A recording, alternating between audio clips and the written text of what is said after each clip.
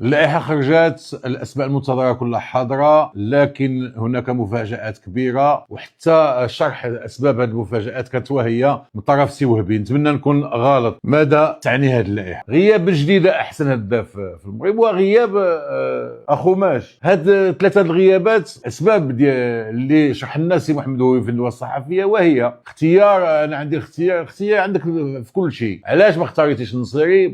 كنا بغينا جواب مقنع. علاش ما اختاريتيش اخو ماش اللي هاد السنه احسن بكثير من السنه الماضيه؟ واش هادو بجوج، واحد ضار في دياز من بعد نهائي كاس افريقيا وكل شيء تعرفوا، كنا عاودنا لكم هذا الشيء، واحد ضار فيه في الماتش ديال غيوفا كانوا مع ريال مدريد. واش هاد لي زانسيدون اللي وقعوا مع دياز عندهم علاقه بعدم الاختيار؟ بغينا نعرفوا اكثر، متبعين المنتخب الوطني المغربي. واش هاد الاختيارات داخل فيها فتحي جمال؟ باش نكونوا واقعيين، فتحي جمال معقول يكون يعطي النصائح، ولكن باش يدخل ويأثر على الاختيارات هادشي ما عشناش مع وليد الركراكي، بغينا ولا كرهنا. وبالتالي نتمنى على الله، والله في هذا رمضان نتمنى على الله نكون غلط نهائيا. السي وهبي نكون غلط، عدم اختيار بجديده. واش هو داخل فيه فتحي جمال بين قوسين؟ المنادات على رحيمي في هذا الوقت اللي فيه هاد اللاعبين كلهم حتى هو يمكن داخل فيه. هادو هما الاختيارات كلها بانت طبيعيه، وكما نوصلوا الاختيارات واخا نكونوا كما كنا، واخا نقولوا الله خصنا نعطيو الفرصه كلها للسي وهبي، واش شيء عادي وطبيعي. اخو ماش ما كاينش، نصيري ما كاينش، شويه